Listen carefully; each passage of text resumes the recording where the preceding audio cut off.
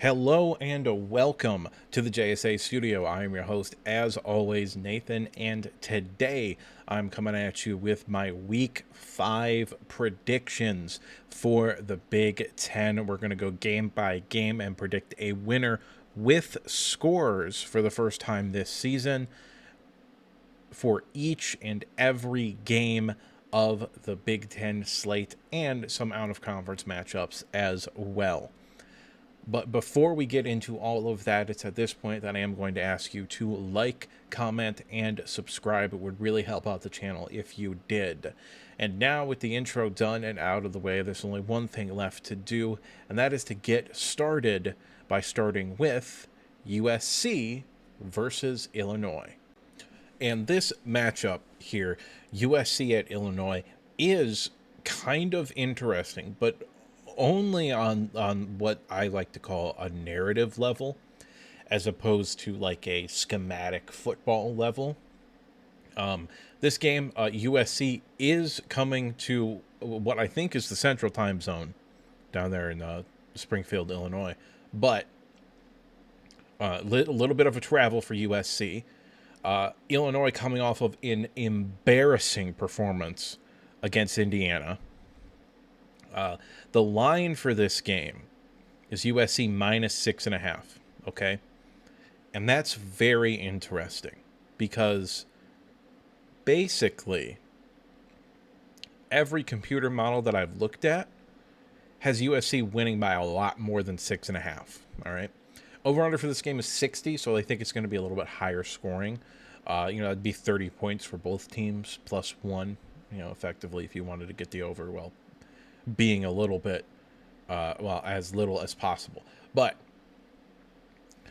they do think here that this is going to be closer than the computers would think. And I agree with that. I think Illinois has a lot of pride as a program right now. And I think Brett Bielema is a very good coach. I think he's going to have this team ready to go against USC. However, if we look at the stats here, schematically speaking, for USC versus Illinois, USC has the number 6 total yards per game offense relative to expectation. Okay, so that takes into account the level of defenses that you've played and that you've done better than what would be expected. All right. USC has the number 6 total offense in that metric. They are 52% over relative expected performance. All right, which is a very high number. Illinois is 110th in that measurement, with negative 16% relative performance, total yards per game. Defensively, if I skip over here, defensively, neither defense is particularly all that good.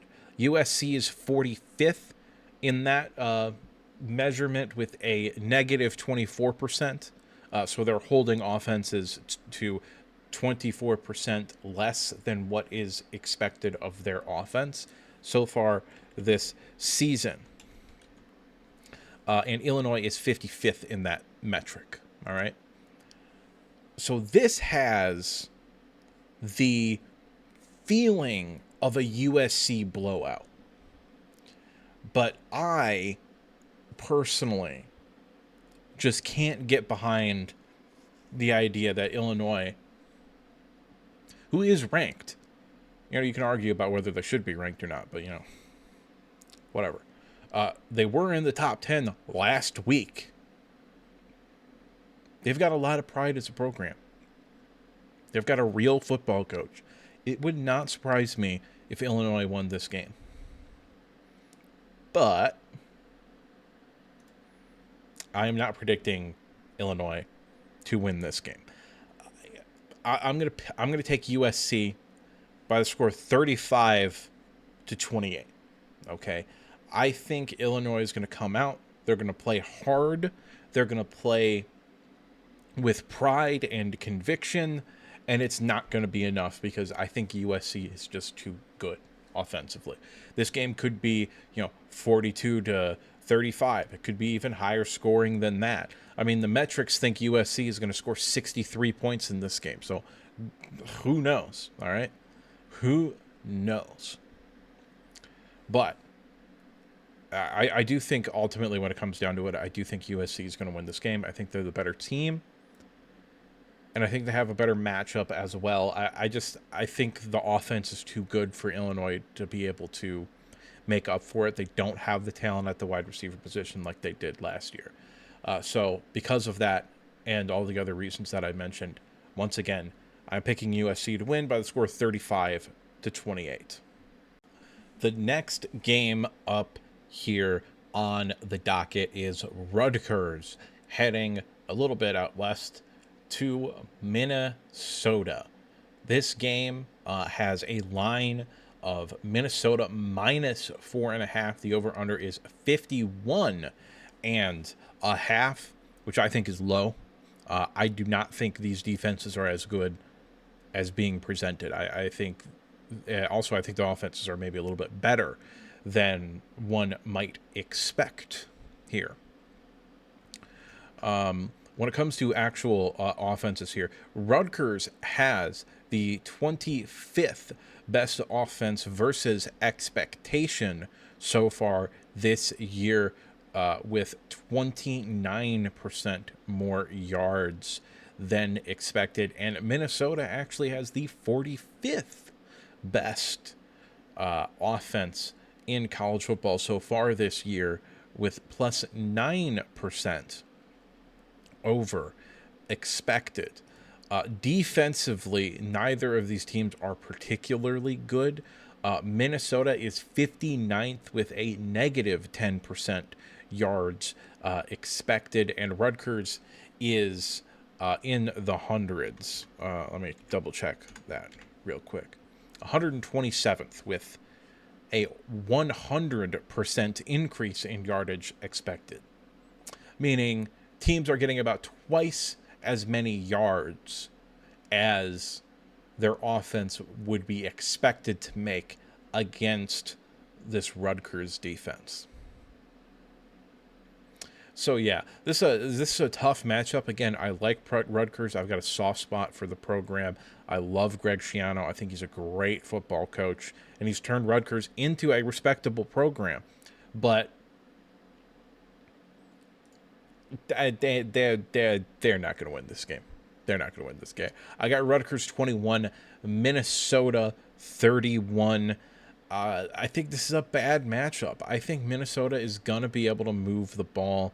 I think they've got enough offensively. And Rutgers, I just think, is really, really bad defensively this year. Again, I like the offense. I do. I think Ethan Kaliak-Manis has been really good for Rutgers.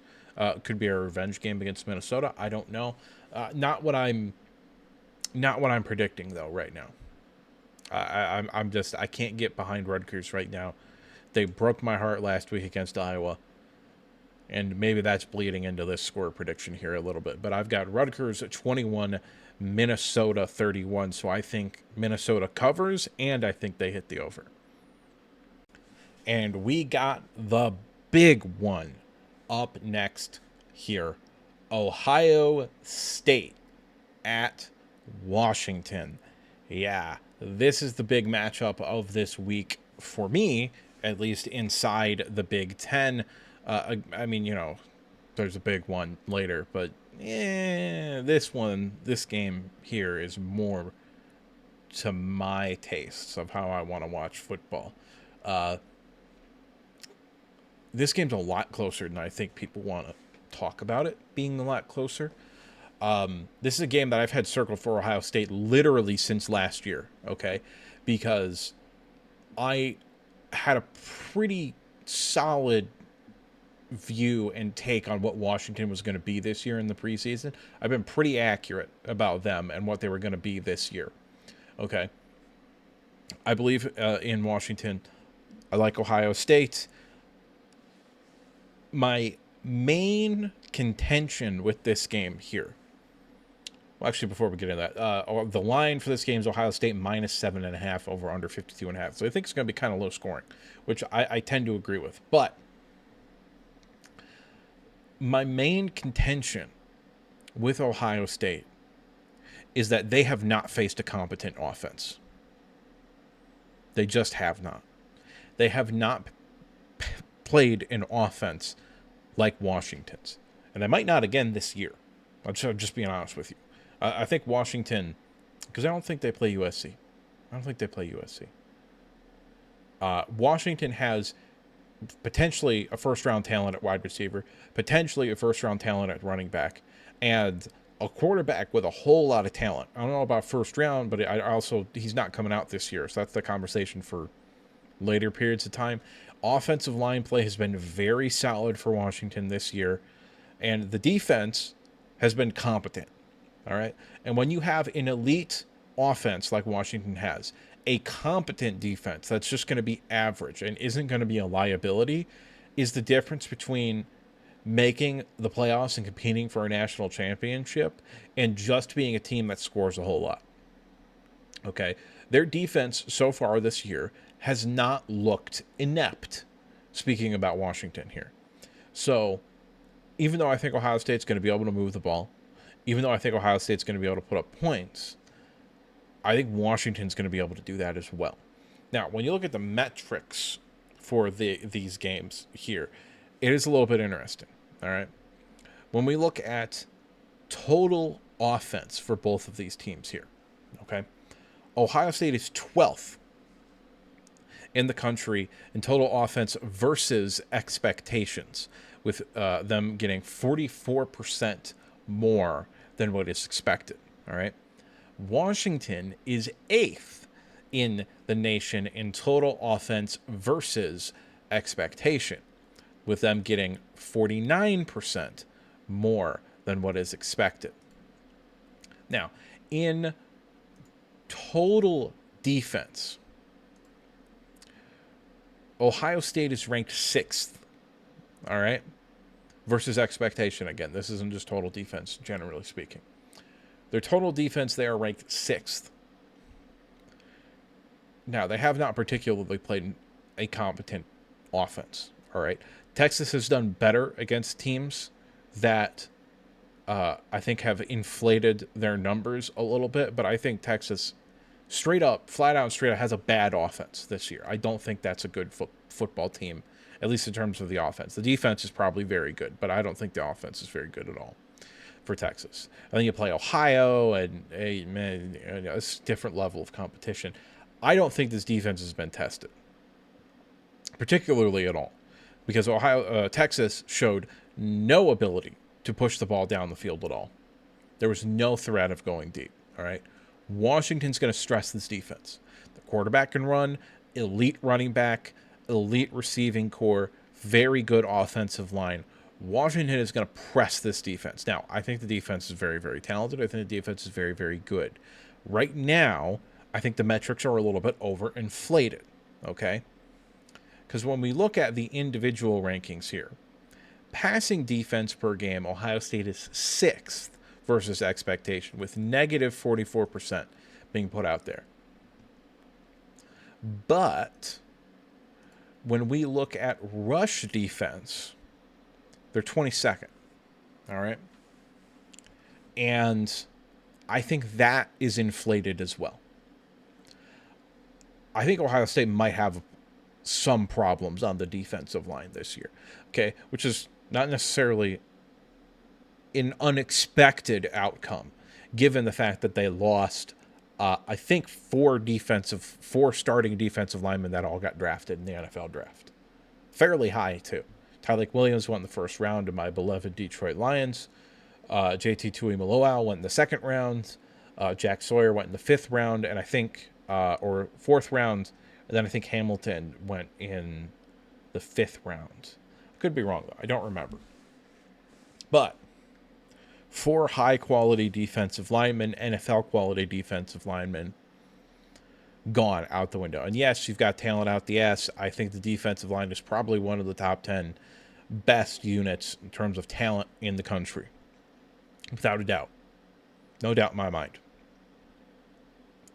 So far this year, they have, in my opinion, kind of been weak to the run game, and specifically in the couple of instances we've seen it, the designed quarterback run game. Okay, I think that is something that Washington could potentially get into if they wanted to affect the defense and to put yards and points up on the field, which of course they want to do that. But all of this considered, how do I think this game is going to go? I think this game is going to be tight. I think it's going to be real tight. I think it's going to be lower scoring than people are going to be expecting, because I think both of these teams are going to come in wanting to play ball control. All right.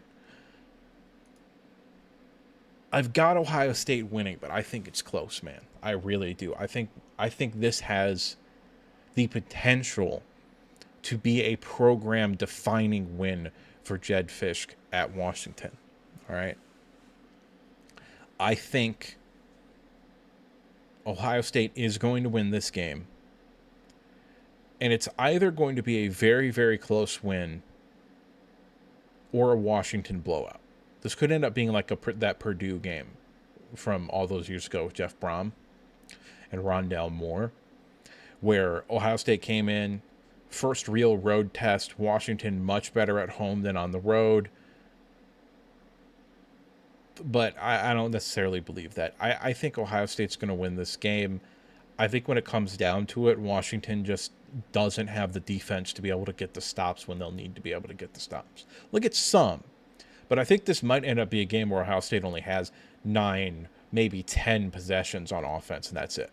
I think both of these teams are going to try to run the ball. I think both of these teams are going to try to control the ball, which is not necessarily something that is in Washington's wheelhouse, because they want the big explosive plays, push the ball down the field. But if they do that, and this ends up being a shootout, I would not feel great about Washington's chances, because Ohio State has too many playmakers in the secondary for them not to force a couple of turnovers, even on, unless Desmond, quarterback, ends up just having a perfect game and he throws for 500 yards, which could happen, but I don't see that happening.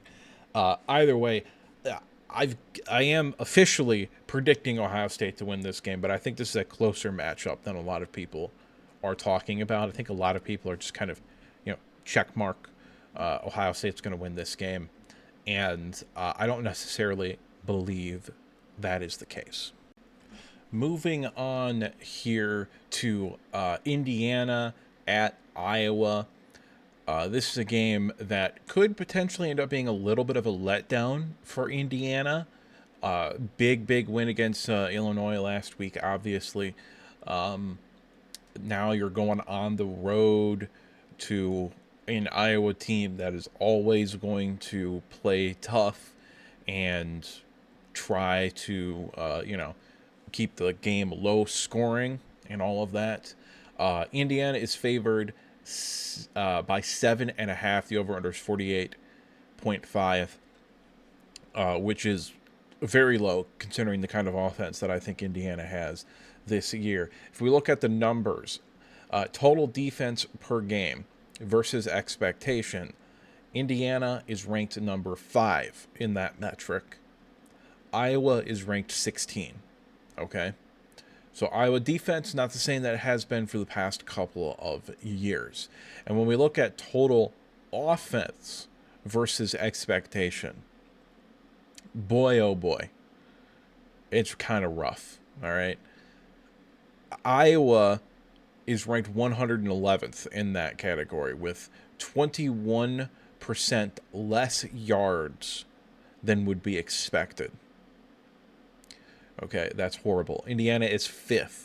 Okay, as far as I'm aware, Indiana is the only team in this metric that I'm using that is in the top 5 for both offense and defense, total offense and total defense.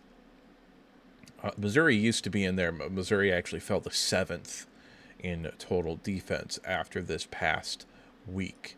Everybody else is different. So, yes, looking at that. Anyway, Indiana might just be a fantastic football team. Legitimately. They might just be an unbelievable football team, which is kind of funny to think about. But when it comes to this, I've got Indiana winning by a score 31-17. I don't think it's particularly close. I think Iowa probably tacks on a score late, as Indiana is really just trying to churn clock as opposed to stop them. And then I think that's pretty much it. I don't really see a scenario where Iowa's going to be pushing for an upset in this game. Which is, of course, going to come back to bite me in the ass. But I think Indiana is just in a different league than a lot of these mid-tier Big Ten teams this year. I just really do. I think Indiana is an unbelievable football team. And again, it might be recency bias because of how incredible they looked this past week. But you've got a quarterback being talked about in the first round, which I don't know if I see that or not. But there are a lot of people mentioning Mendoza in the first round. So, I don't know, man. But I got Indiana taking this game either way. And after a couple of pretty good and interesting matchups, we have the Toilet Bowl here. UCLA at Northwestern. UCLA coming off of bye week. Fired their head coach.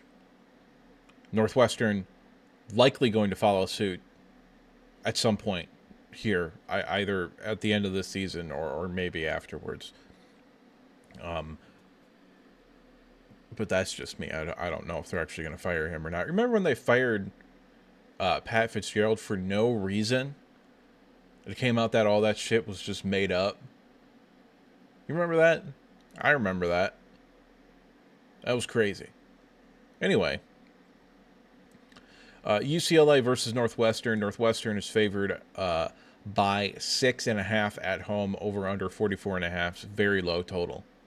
Don't think there's going to be a lot of points scored in this game. And neither particularly do I. But I do think they're going to hit the over. I got Northwestern 28, UCLA 17.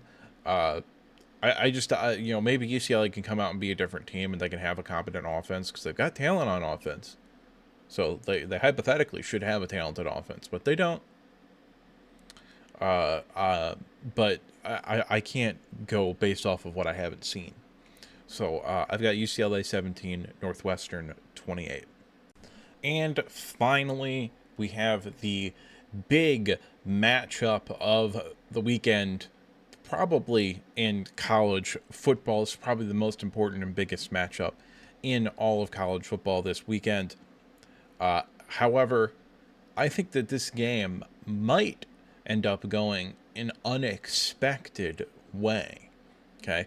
I think that there are a lot of people that are talking about this game differently than they have in years past. There are a lot of people that are talking about Penn State and about how they've got a real shot at this game. They think that Penn State has elevated their program to another level based off of the run last year, okay, where they pushed Notre Dame to the brink, won 2 playoff games against 2 teams that probably just shouldn't have been in the playoffs, but, they weren't playoff caliber teams. But they were 2 of the 12 best teams. They just weren't playoff caliber teams. Anyway, I think on paper, this game looks like a really good matchup for Penn State, okay? If we look at total defense per game versus expectation, Oregon is ranked 14th, okay, with a negative 32% versus expectation statistic. Penn State is 10th with negative 35%. So 2 very similar caliber of defenses. If we look at total offense per game, Oregon is 31st with plus 25%, and Penn State is 46th with plus 9%. Okay? So Penn State little bit above what is expected. Oregon, quite a bit above what is expected. So Oregon's got a better offense. Penn State has a slightly better defense, which would seem to indicate that Oregon is just a better team. However, when you break the statistics down here, what's really, really interesting, in rush defense per game, Penn State is ranked 21st with a negative 45% of what is expected. Oregon is 82nd in rush defense with a plus 15%. Okay? So that's concerning. Now, pass defense, Oregon is actually number 3 in the country with a negative 57% versus expectation number. Okay. Interestingly enough for Michigan fans, Nebraska's number 1 in that metric, so that's kind of interesting. But that number is really good for Oregon. They appear to be a very good pass defense, but potentially not as good of a run defense. All right. And when we look at Penn State here, if we go to their passing offense, 67th in football. 67th in football. So they're about, middle of the pack average. But when we go to their rushing offense, I don't know if they're any better. I should have looked this up beforehand. They are better. 36%, or 36 in the nation, plus 31% versus expectation.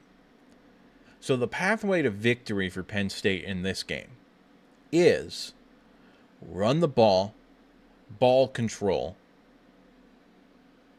keep the ball out of Oregon and Dante Moore's hands. That's the game plan. If this game is played on paper, Penn State's got a really solid, really good chance even to potentially win this game. Now, that's the second time I've mentioned on paper.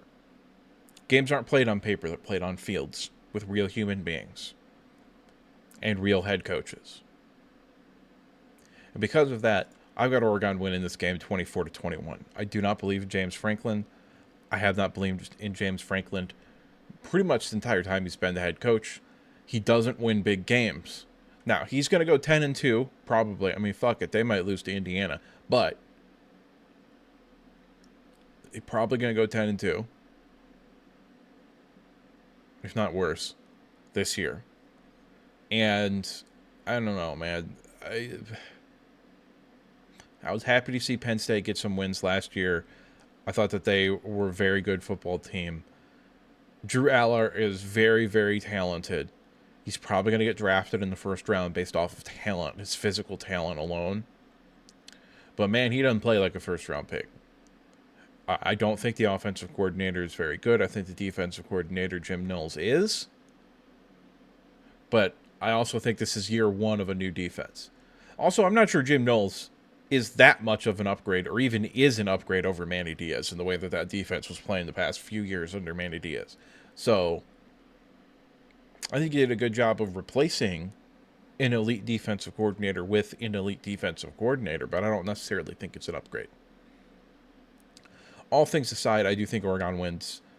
I think it's a close game. Penn State could absolutely win if they can run the ball effectively, if they can play ball control, and if James Franklin somehow doesn't James Franklin this.